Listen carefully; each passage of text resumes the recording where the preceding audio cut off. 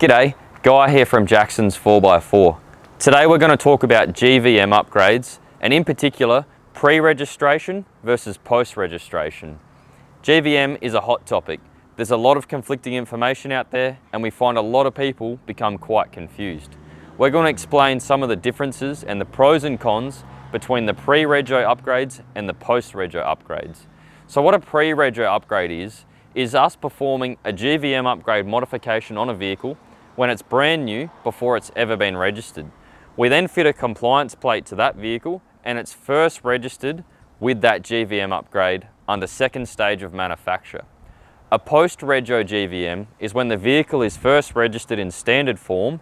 Once it's been registered at a later date, a physical GVM upgrade is performed on the vehicle and it gets certified by an engineer. Then a modification plate is fitted to the vehicle and you go for a roadworthy inspection, and that's how you get your GVM upgrade. So doing it post-rego is a little bit more of a process. One of the biggest issues we have at the moment is new vehicles coming out or new models being updated and there's no pre-rego upgrade available yet. Once the suspension manufacturers receive their new model of vehicle, they need to develop their products, they need to do all of their testing, and once they're happy, they seek government approval. That approval can take quite some time. What this means is often there'll be a brand new vehicle sitting around waiting for a GVM upgrade that can take many months to arrive based on that government approval. So people can be in a situation where they've purchased their brand new vehicle and they're not sure whether to wait around for that GVM upgrade, which can be many months, or whether they should just register it and go with a post-rego GVM.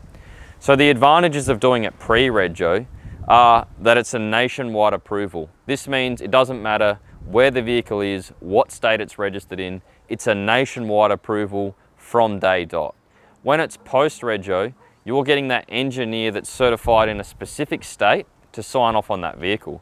So we're in South Australia. If someone here does a post-rego GVM, it's a South Australian engineer and he's certifying that GVM upgrade based on South Australian state laws.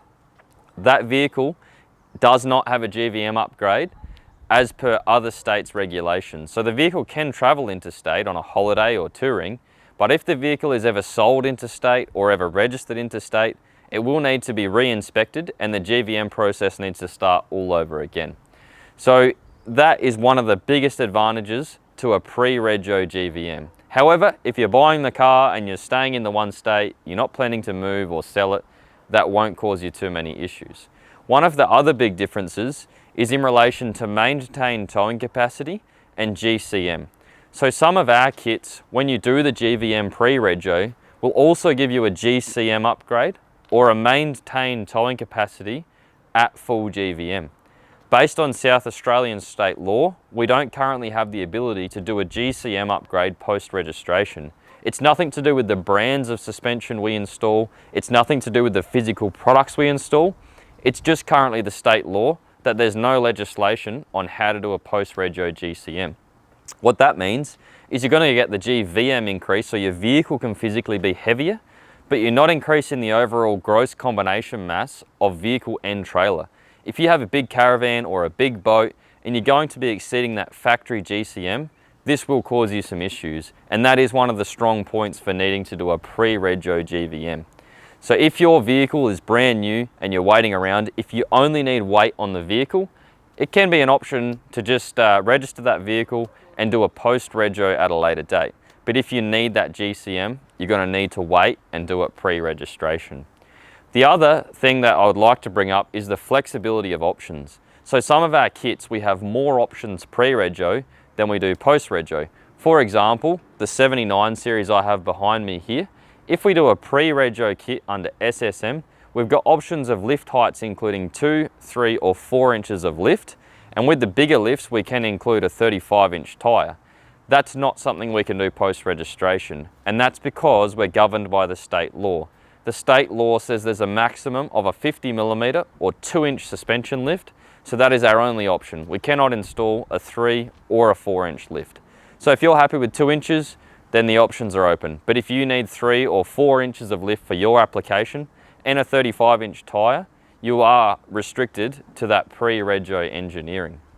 The other thing to look at is if you're looking to buy a second-hand vehicle, it is important to check whether that vehicle has a pre or a post-rego engineering, because that may affect what you can or can't do legally with that vehicle.